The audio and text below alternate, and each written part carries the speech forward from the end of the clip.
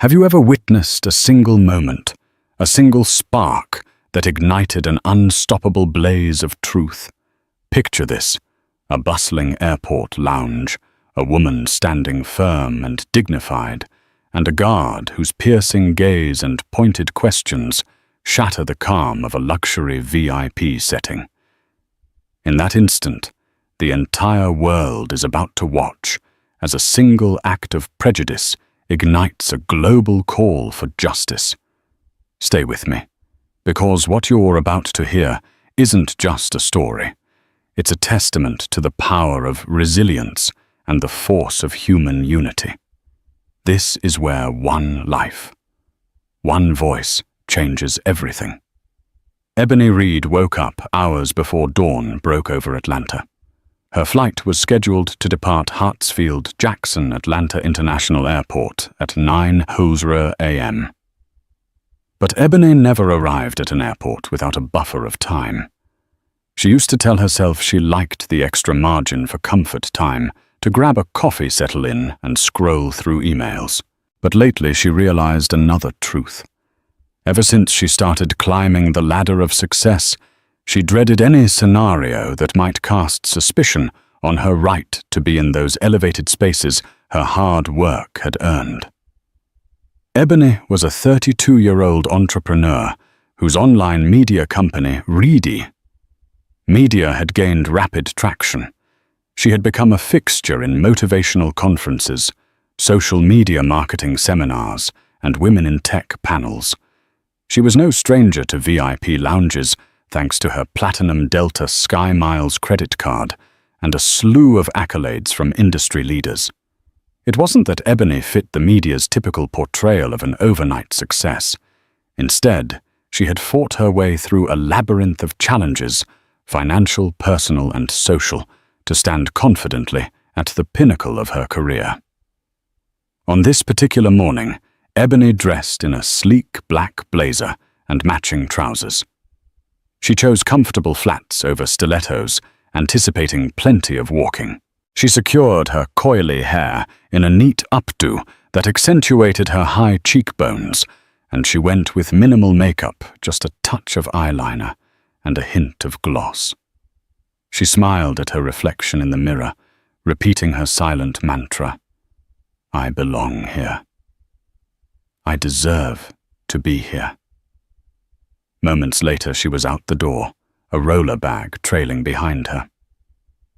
During the half-hour drive to the airport, Ebony's mind drifted to her upbringing on the south side of Chicago.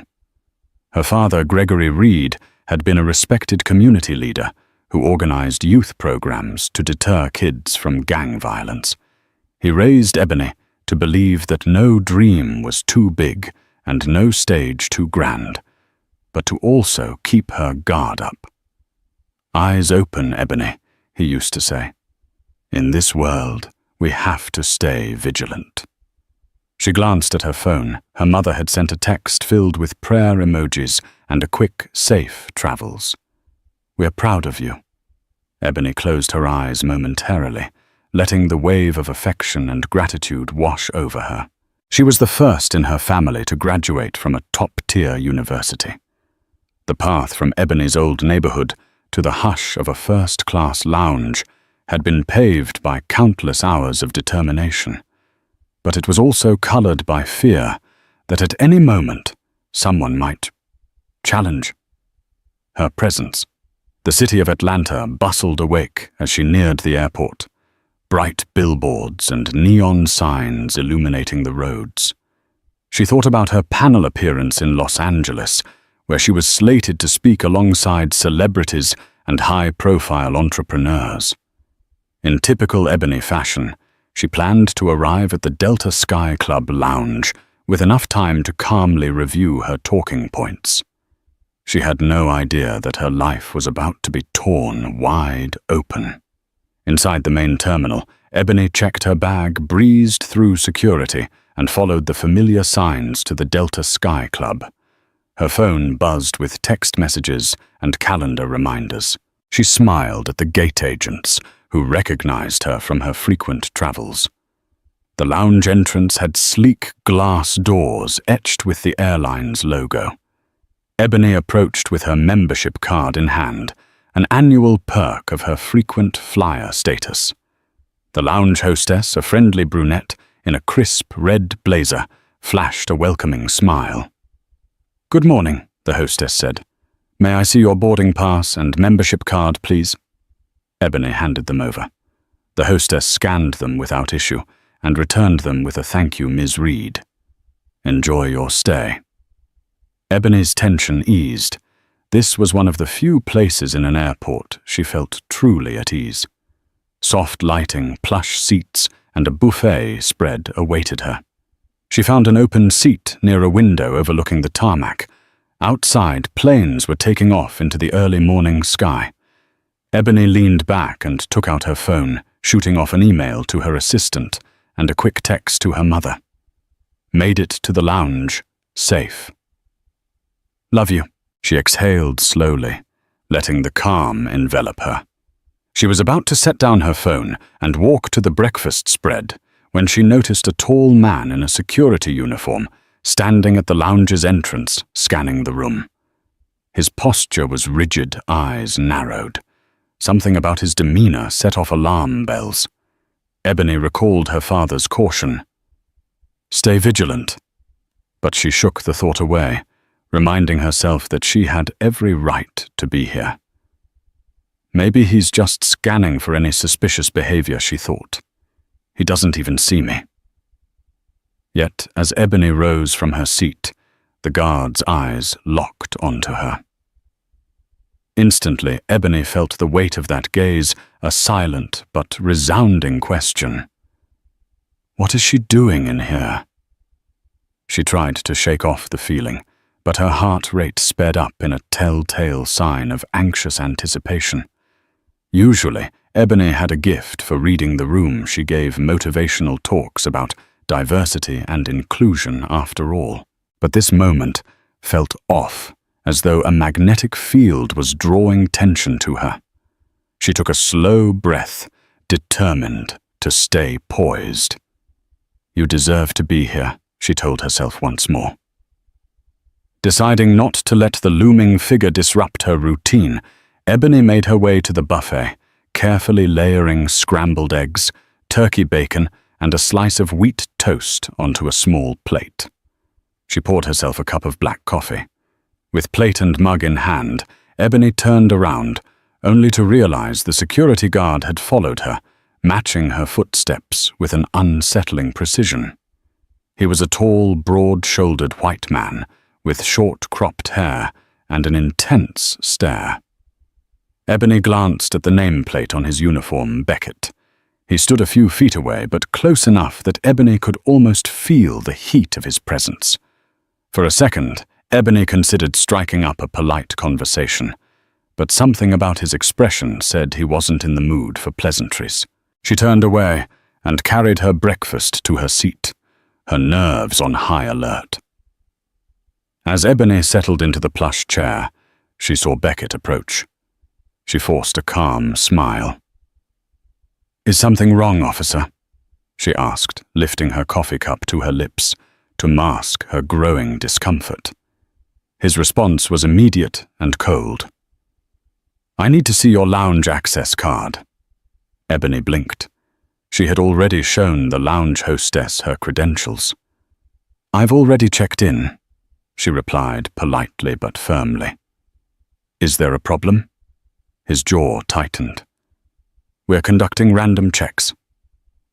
A swirl of unease filled Ebony's chest. She tried to keep her voice level, handing over the membership card once again. He took a moment to scan every detail, as though searching for a forgery. Finally, he nodded, but did not apologize or offer any explanation.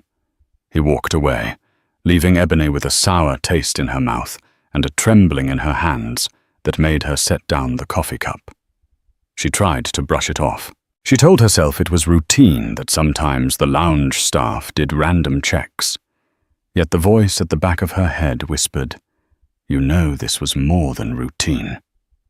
Before Ebony had ever considered starting her own company, She was just a bright girl from a difficult neighborhood, trying to stand out in a world that rarely gave her the benefit of the doubt. She was used to microaggressions like the teacher who assumed Ebony's top-notch essays were plagiarized, or the store clerk who demanded to see multiple forms of ID for Ebony to use her debit card. But Ebony had used these injustices to fuel her ambition. She put herself through college with a combination of scholarships, part-time jobs, and her father's unwavering emotional support. After graduating, Ebony interned at a digital marketing agency, quickly becoming known for her creativity and unstoppable work ethic. Eventually, she launched Read Media out of a co-working space.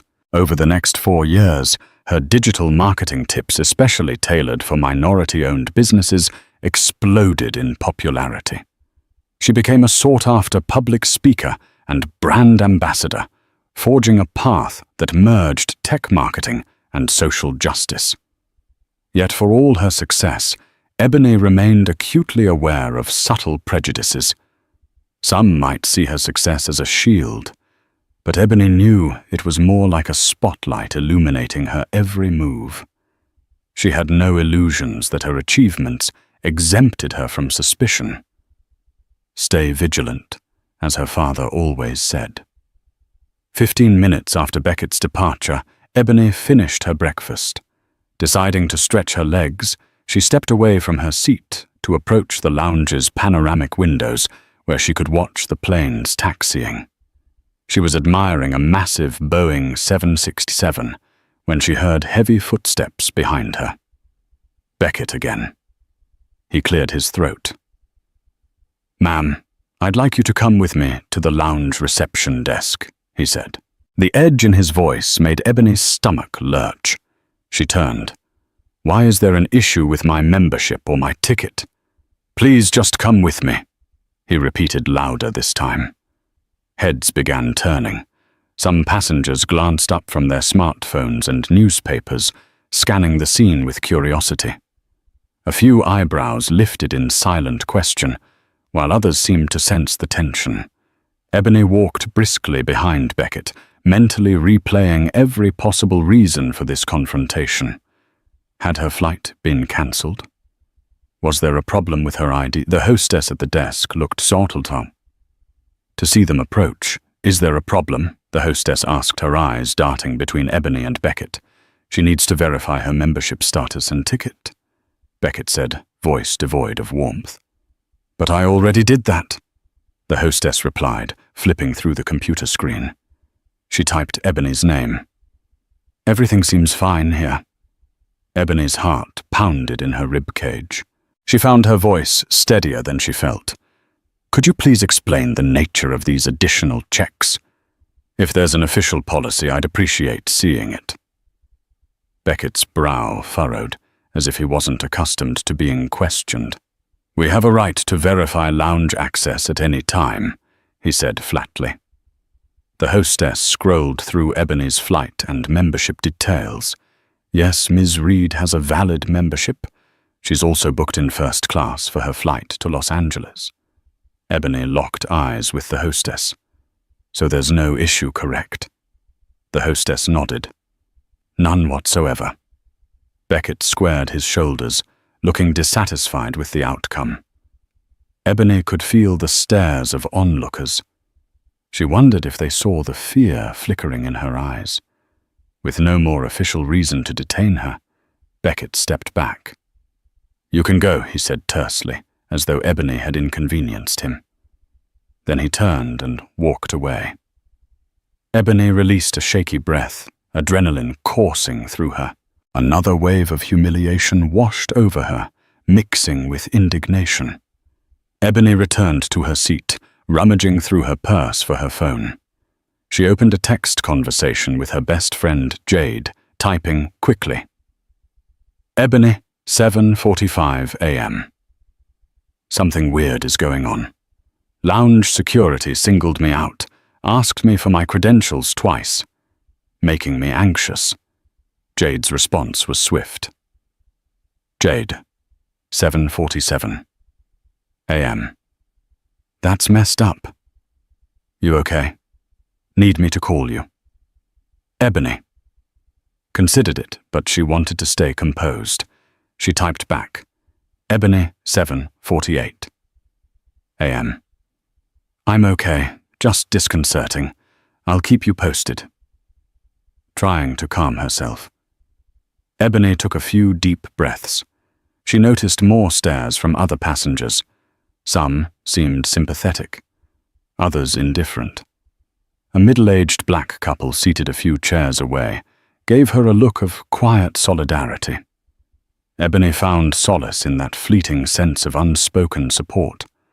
She checked the time, 800 a.m. Her flight was due to board at 8:30. She decided to get her belongings together and head toward the gate early, hoping to leave the tension behind. As Ebony was about to exit the lounge, Beckett materialized once more at the glass doors. This time, he was accompanied by another uniformed security officer, a woman with short blonde hair, nameplate, reading Anderson. Ebony's stomach knotted. The abrupt presence of two security guards felt like an ambush. Beckett blocked the doorway. Ma'am, we're going to need you to come with us. Ebony gripped the handle of her roller bag, trying to steady her nerves. Am I being detained, ma'am? I'm asking you to step aside so we can ask you some questions, he replied. Ebony's heart pounded so hard that she felt it in her throat. Under what suspicion she asked, her voice straining to remain calm. I've done nothing wrong. I've verified my credentials. My flight is boarding soon. The blonde officer Anderson cleared her throat. It's a standard security check, ma'am. Ebony's gaze darted between the two officers. Standard? You've already checked me twice. This isn't standard. This is harassment. Passengers in the lounge began to cluster around their curiosity, piqued by the raised voices. Some lifted their phones discreetly recording. Others exchanged whispers, their eyes darting from Ebony to the guards. Beckett's voice rose, echoing in the lounge. We have the authority to conduct further questioning on travelers who appear to be suspicious. You need to come with us now. Ebony felt heat flush her cheeks. Suspicious. That word landed on her chest like a brand. She mustered her resolve. What exactly do you find suspicious about a passenger sitting in a lounge who has shown valid access credentials twice? For a moment, neither guard answered. The hush of the lounge enveloped them, save for the faint hum of muffled chatter. Then Beckett gestured for Ebony to move away from the entrance. We can either do this the easy way, or I can call airport security to escort you out. It was a threat. Ebony's stomach dropped. She realized the situation was teetering on the edge of something explosive. She glanced around. Cameras were aimed in her direction. Her mind raced, recalling every conversation about best practices when confronted by authority as a black woman in America remain calm, polite, but firm. Do not escalate. Do not resist. Ebony took a slow breath, then nodded. All right, she said. But I want you to know this is entirely out of line.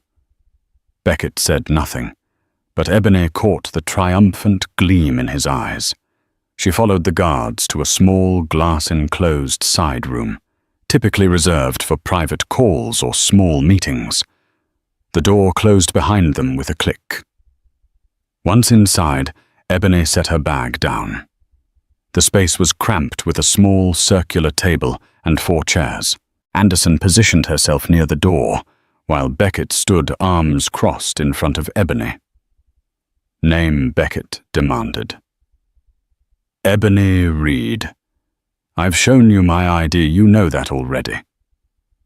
Reason for traveling? Ebony huffed quietly. Business. I'm scheduled to speak at a marketing conference in Los Angeles. He scribbled something on a notepad. Where are you staying in Los Angeles? Ebony pursed her lips, feeling the frustration mount. At the Westin Bonaventure Hotel. It's near the conference center. What do you do for a living? Beckett continued. I own a digital media company. She could see his jaw clench. It was as though he wanted to unravel her story. Find some discrepancy that would justify his suspicion. Beckett glanced at Anderson, who stared at Ebony with a cautious gaze, but said nothing. How often do you travel? Beckett asked.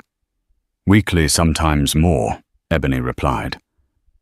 I'm also a Delta Platinum Medallion member. I have lounge access, which I've verified multiple times. You're well aware of that. Anderson shifted from one foot to the other. Beckett tapped his pen on the table, his posture stiff. Ebony suspected he was looking for any excuse, any slip to prolong this interrogation. This is ridiculous, Ebony said, her tone edging with anger. I've answered all your questions. I'm going to miss my flight if you continue to detain me without cause. Her words seemed to spark a flicker of frustration on Anderson's face. The female officer finally spoke. Beckett, maybe we should... Beckett raised a hand to silence her. We're not done. He looked Ebony in the eye. Have you been approached by any other law enforcement agencies recently? Ebony's eyes widened. What on earth are you implying? Just answer the question, he snapped. Ebony swallowed, trying to keep her voice calm. No, of course not. A tense silence filled the tiny room. Ebony wondered if the entire lounge was eavesdropping on the muffled exchange. By now, she was certain this had nothing to do with standard procedure. She wondered if her presence, her very identity, was fueling Beckett's hostility.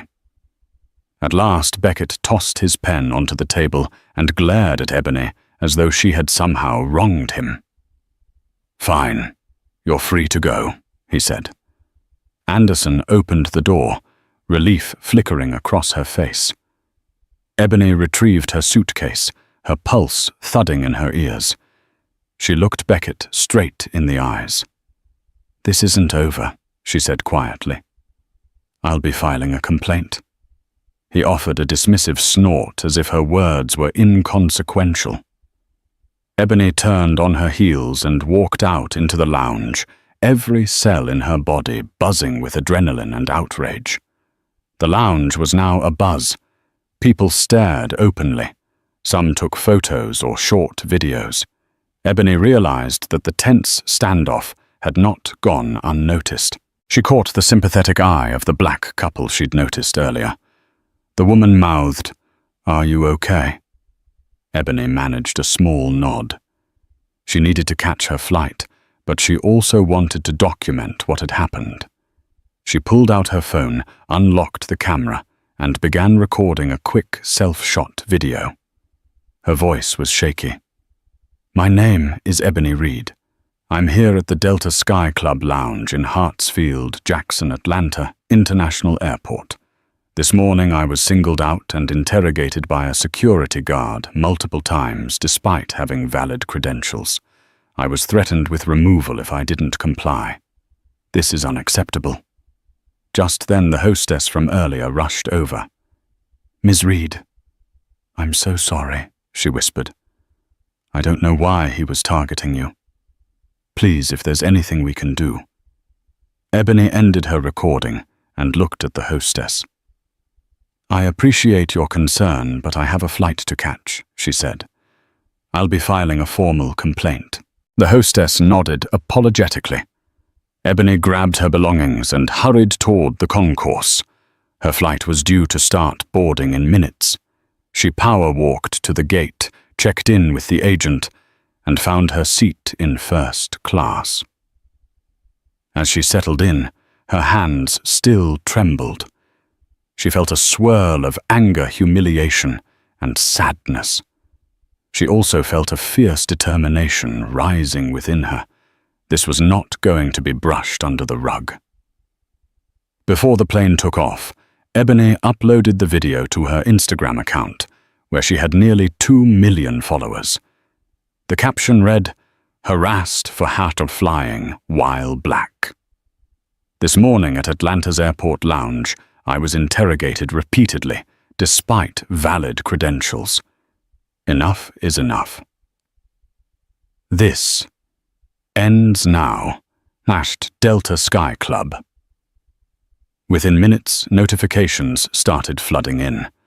Comments ranged from shock and outrage to supportive words urging Ebony to take legal action.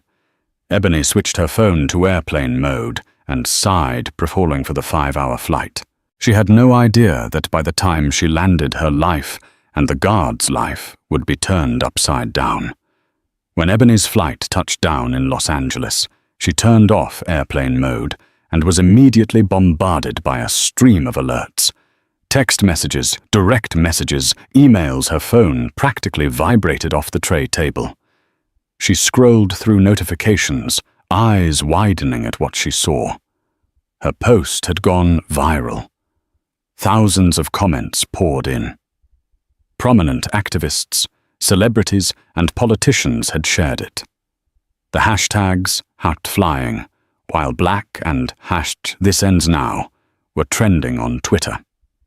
Ebony's inbox was flooded with interview requests from major news outlets, CNN, MSNBC, the New York Times, and even the BBC.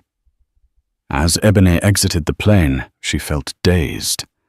She had expected some reaction, sure, but this was a global firestorm. Adrenaline fueled each step as she navigated the terminal phone pressed to her ear. She answered call after call from journalist after journalist, each wanting to hear her story firsthand. She was also fielding texts from her friends, family, and staff. Jade had sent a flurry of messages. Her mother had left a voicemail, her voice trembling with a mixture of concern and pride. Her father's text read simply, "Stand strong, Ebony." Ebony blinked back tears, feeling a surge of love for her parents. She was quickly ushered into a flurry of potential media opportunities. Meanwhile, she still had a speaking engagement to attend in less than 24 hours. Back in Atlanta, word had reached Delta's corporate offices. Vice President of Corporate Communications, Carol Sterling, had just arrived for her 10:00 a.m. meeting when she was alerted to a PR meltdown. Carol scanned Ebony's post, her stomach sinking. She knew Ebony's name, Reedy Media, had a partnership with Delta that spotlighted diverse entrepreneurs. This was a disaster on multiple levels. She hurried into an emergency meeting with Delta's top brass, including the head of security. "Do we have any statement from the guard or lounge staff?"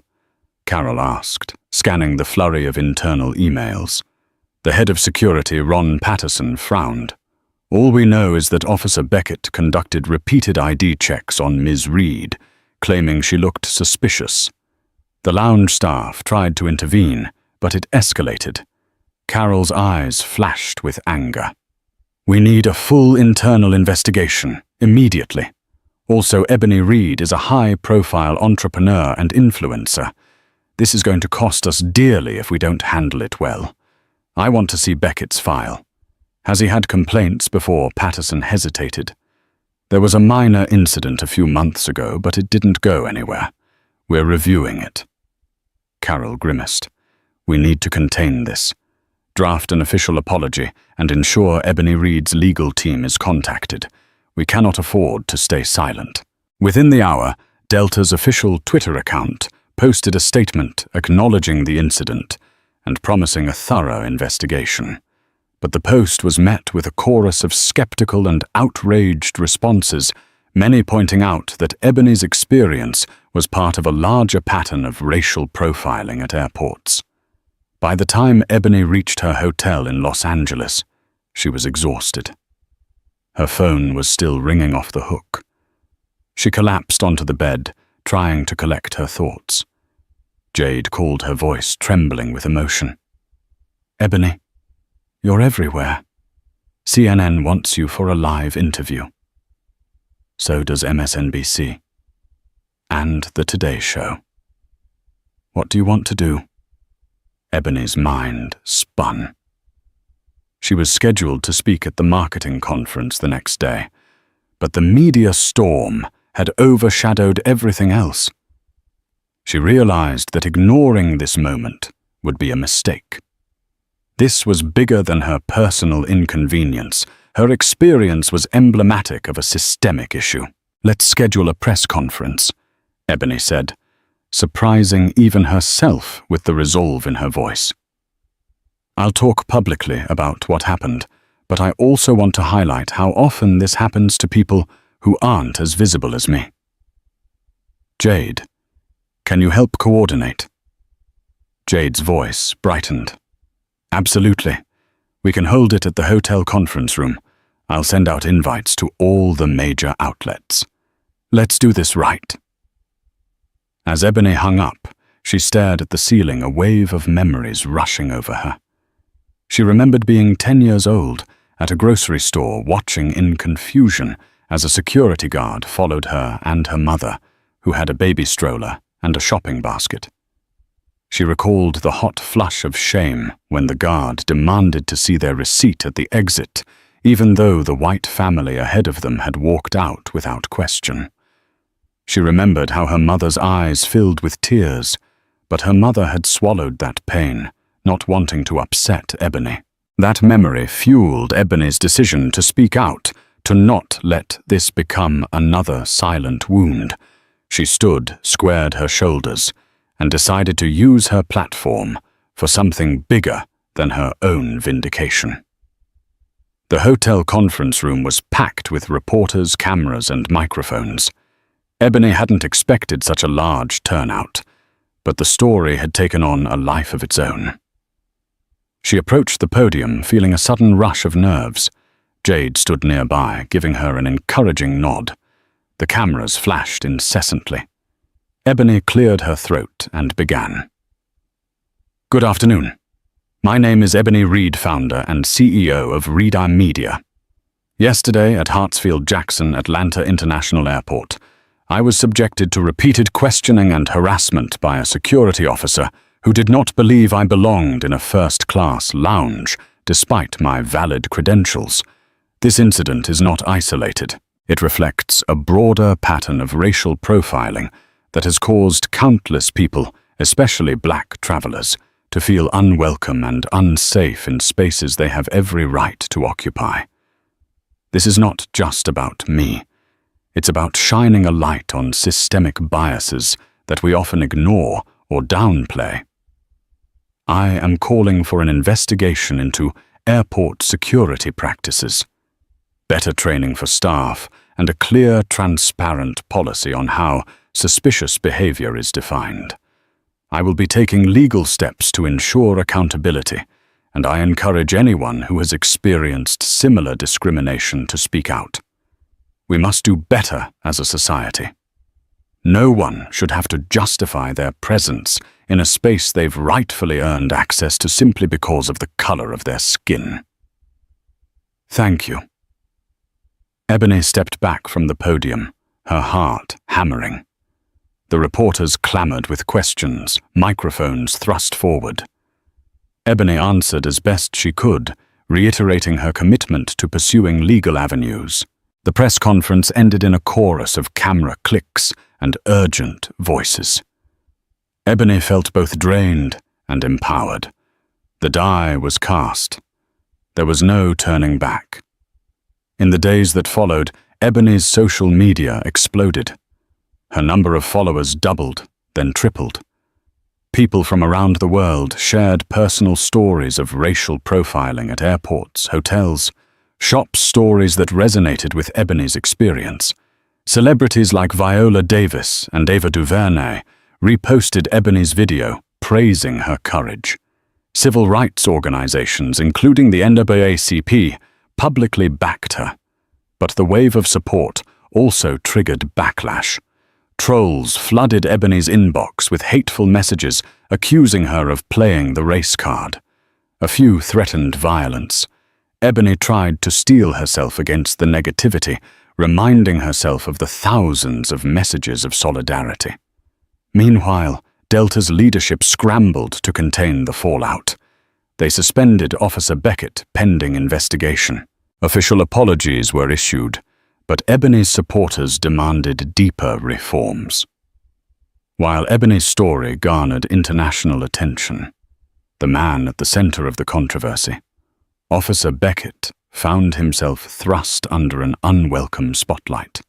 His face was plastered on social media alongside accusations of racial bias. Journalists unearthed past complaints about his conduct, revealing a pattern of targeting passengers of color. Soon, to fire Beckett and airline. Accountability began trending. Protesters organized outside Hartsfield-Jackson's terminals. Passengers threatened to boycott Delta unless they took decisive action. Beckett's personal social media accounts were bombarded with angry comments. Neighbors began avoiding him. Old high school acquaintances posted about his bigoted remarks from years ago. Within a week, Beckett was officially terminated, with the airline citing egregious misconduct. The news spread swiftly, overshadowed only by Ebony's continuing media presence. Lawyers for Ebony and the airline were in preliminary talks about a settlement for emotional distress and defamation. But Ebony insisted on systemic changes, mandatory bias training for all airline staff, and revised security protocols. Amid the public firestorm, Ebony grappled with private emotions. She was grateful for the massive support, but also felt weighed down by the intensity of it all. She hadn't asked to become the face of another airline discrimination scandal, but she recognized the significance of her platform. Late one night in her Los Angeles hotel suite, she finally let down her guard. Tears slipped down her cheeks as she talked to her mother on the phone. "Mom, I'm tired," she whispered. "This weight, it's so heavy. I'm just one person." Her mother's voice was gentle, tinged with pride.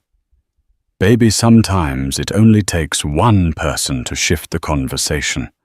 Your father and I are here for you." "Keep going, Ebony. This matters." The call ended, but her mother's words lingered. Ebony inhaled deeply, reaffirming her commitment to push forward. She realized that her pain, her exhaustion, was part of a larger calling. This was about more than Ebony Reed. This was about every person who had been told they didn't belong. A week after the incident, Ebony flew back to Atlanta, this time not just as a passenger, but as a potential agent of change. She was invited to meet with Delta's executive board to discuss policy reforms. Walking into Delta's corporate headquarters, Ebony felt an electrifying mixture of apprehension and determination. Carol Sterling greeted her in the reception area. "Ms. Reed," she said, offering a handshake. "Thank you for meeting with us. We're eager to find a path forward that addresses your concerns." Ebony nodded, meeting Carol's gaze. "I'm here because I want to see real changes, not just a payout." Carol smiled politely. "Understood." They proceeded to a large conference room, where Ebony was introduced to the airline's CEO, Mark Thompson, and several vice presidents. The conversation began with formalities, apologies, acknowledgements of Ebony's ordeal, and a promise of internal reviews. But Ebony pressed for specifics. "How will you ensure your security protocols don't become a license for profiling? How will you train your staff to recognize and counter unconscious bias? What accountability measures will be in place for repeated infractions?" A hush fell over the room. Thompson cleared his throat. "We're prepared to invest in comprehensive bias training in collaboration with leading experts. We're also open to your input, Ms. Reed. It's clear we need an outside perspective on how these policies impact travelers of color." Ebony's mind whirled. She hadn't expected them to be this open, or perhaps they were simply eager to stem the PR nightmare. Regardless, she recognized an opportunity to shape an entire industry's approach to handling racial discrimination. The details would be complex, the implementation messy. But it was a step in the right direction. Over the next month, Ebony collaborated with civil rights experts, including attorneys from the American Civil Liberties Union, ACLU, to draft recommendations. She insisted on structural changes, standardized guidelines for suspicious behavior, mandatory de-escalation training, and a transparent complaint process for passengers who felt they had been profiled. Ebony also stipulated that a portion of the airline's settlement would fund scholarships for minority students pursuing careers in aviation or business. Finally, Ebony's legal team and Delta's representatives agreed on a settlement. The terms remained confidential, but sources leaked that it was a multi-million-dollar payout. More importantly, Ebony ensured that real policies were adopted. She made it clear that money alone could not right systemic wrongs. In the midst of these negotiations, Ebony received an unexpected letter. It was from a man named Frank Beckett. She stared at the envelope, uncertain whether to open it. Eventually, curiosity won. Inside, she found a handwritten note. Ms. Reed, I know I'm the last person you want to hear from. I accept full responsibility for my actions that day. My conduct was unprofessional and fueled by biases I didn't want to admit I had. Losing my job made me realize how deeply those biases ran. I'm not asking for forgiveness, but I want you to know I'm seeking help to understand and unlearn the prejudices I've carried. I can't change the past, but I want to be better. Sincerely, Frank Beckett. Ebony read the note twice, her emotions in turmoil. A part of her felt raw anger. How could he have done this to her in the first place? But another part recognized that acknowledging one's flaws was the first step to genuine change. She didn't know if Beckett was sincere, but she resolved not to let his actions define her own capacity for grace. She folded the letter and set it aside. She decided for now to focus on the future she was building. With Ebony's story capturing worldwide attention, her public speaking engagements evolved. Invitations poured in from universities, corporations, and community organizations, wanting to hear her speak about her experience and the broader issues of racial profiling, prejudice, and corporate accountability. She addressed a packed auditorium at Spelman College in Atlanta, telling her story and emphasizing the need for collective action. Students listened with rapt attention, many snapping their fingers in agreement or wiping tears. Ebony left them with a call to activism. Don't let them question your presence in spaces you've rightfully earned. Demand accountability from every institution, every system. Her voice resonated far beyond Atlanta.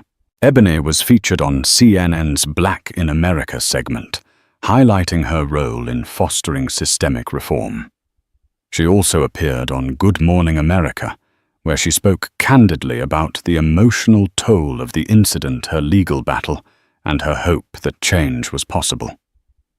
Months passed, and Ebony found herself back in Los Angeles, stepping onto the stage at a major tech conference. As she looked out over the crowd, she saw faces of all backgrounds. She spoke passionately about entrepreneurship, resilience, and inclusion. She mentioned with pointed emotion the airport incident that changed her life. I never asked to be in a high-profile confrontation with security. Ebony told the audience, her voice steady. But that day in the lounge, my presence was questioned, my worthiness challenged simply because I was seen as an anomaly. The truth is, we all belong in spaces of opportunity and success. No one has the right to question that based on a stereotype. The audience erupted in applause, many standing to cheer. Ebony felt a renewed sense of purpose. The trauma from that day would always linger, but it had become the catalyst for change, both in corporate policies and in her personal trajectory as an advocate. After a whirlwind year of activism, media appearances and tense negotiations with corporate giants, Ebony needed something no headline or hashtag could offer peace. So she boarded a quiet flight home to Chicago, craving the comfort of familiar streets and the embrace of the people who had always believed in her, even before the world knew her name. Her parents welcomed her at the door with open arms. The aroma of collard greens, baked mac and cheese, and her mother's famous cornbread wrapped around Ebony like a warm blanket. It was a meal she'd dreamed about during the most isolating moments of her rise. Moments when the pressure of being a public symbol nearly crushed her spirit.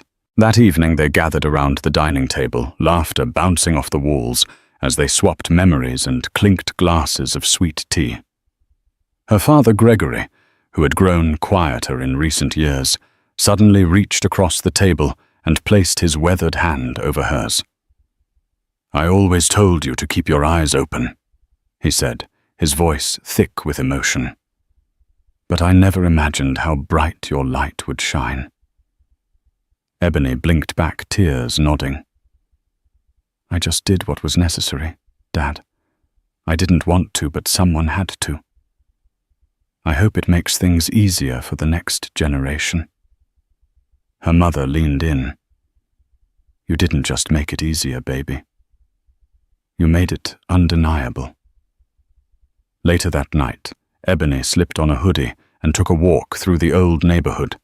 The streetlights flickered, illuminating cracked sidewalks and corner stores still standing from her childhood. She passed the community center, where her father had taught local teens about leadership and integrity. Inside, she could hear kids laughing, sneakers squeaking on hardwood, as a pickup game raged on. She paused, watching, through the chain-link fence. It was here on these modest blocks that she'd learned resilience. She remembered the times she'd walked home with her backpack full of textbooks, hearing slurs from passers-by or being followed in stores by suspicious clerks. She didn't know then that each indignity would one day forge steel in her bones. A small girl ran up to the gate and waved at her wide-eyed. "Aren't you the lady from the news?" she asked breathlessly. Ebony smiled gently. "I guess I am." The girl's eyes lit up. "I want to be like you when I grow up." Ebony crouched down, brushing the girl's hair from her face. "Then promise me something. Never let anyone make you feel like you don't belong. Not anywhere." "I promise," the girl whispered. As she walked back home, Ebony knew she hadn't just returned to Chicago. She'd come full circle, not as a wounded traveler, but as a symbol of hope and a living reminder that change starts with the courage to speak, even when your voice shakes. Weeks after her homecoming, Ebony found herself seated across from Delta's senior leadership team one final time. The conference room had a different energy now, less tense, more collaborative. The air no longer crackled with the urgency of damage control. Instead, there was a quiet reverence, an unspoken acknowledgement of the journey they had all endured, one that had changed the airline and perhaps the industry forever. The press release had been drafted, edited, and approved in a series of late-night meetings and phone calls. But Ebony had insisted on one thing: her voice would shape the final version. This wasn't just a corporate statement, it was a declaration of accountability and transformation. The release began with a firm acknowledgement of the incident at Hartsfield-Jackson and the harm caused. It didn't shy away from the words racial profiling or bias, and it didn't hide behind vague corporate language. It detailed the corrective actions taken. Officer Beckett's termination, the comprehensive bias and de-escalation training, now mandatory for all Delta Sky Club staff, and the creation of an internal reporting channel for travelers who felt mistreated. Ebony had also worked with the ACLU and civil rights attorneys to help Delta implement clear protocols for identifying suspicious behavior in ways that could no longer be weaponized against marginalized passengers. The airline pledged to review all profiling-related complaints with third-party oversight. One key section of the release included a direct quote from Ebony. "True progress happens when we confront uncomfortable truths and commit to growth." I never wanted to be the face of this movement, but once that moment came, I couldn't turn away. I'm proud of the steps we've taken, but this is only the beginning. We must continue working to ensure every traveler, regardless of background, feels safe, respected, and welcomed. It's not just about corporate responsibility, it's about human dignity. As the statement circulated across media outlets, it became clear this wasn't just a PR patch job. It was a precedent. Other airlines reached out inquiring about Ebony's consulting availability. Advocacy groups called it a landmark shift in airline equity standards. Delta saw a spike in positive brand sentiment, not because they spun the story, but because they owned it. That evening, Ebony sat alone in her Atlanta apartment, rereading the press release online. Her phone buzzed non-stop with news alerts and messages from people who'd been following her story since day one. But one message stood out. It was a short email from a black woman in Detroit.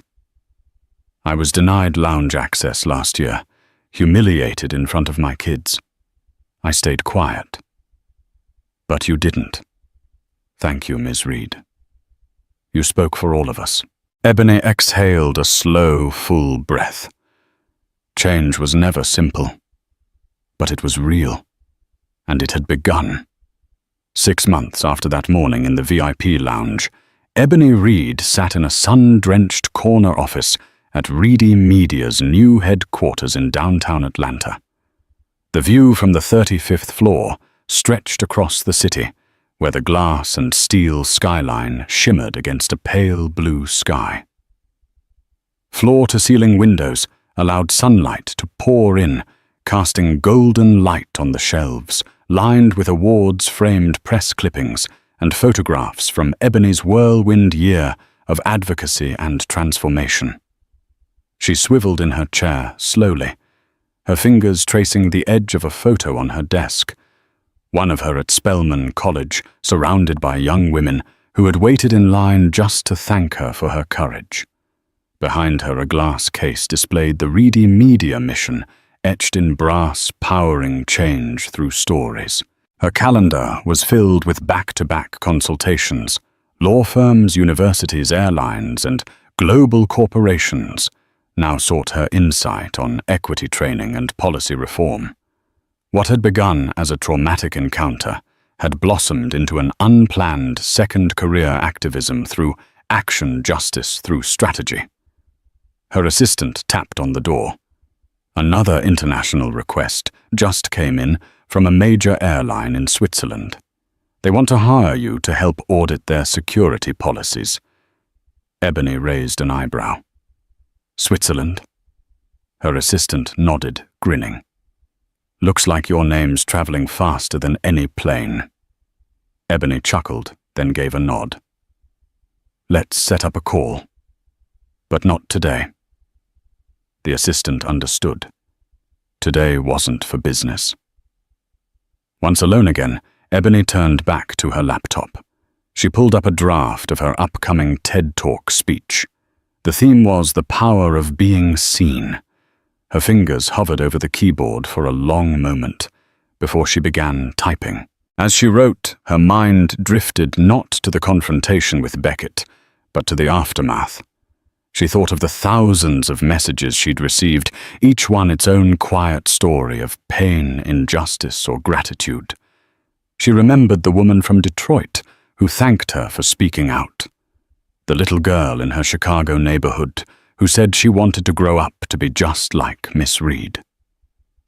Even Officer Beckett's letter, now folded and tucked into a drawer, still crossed her mind from time to time.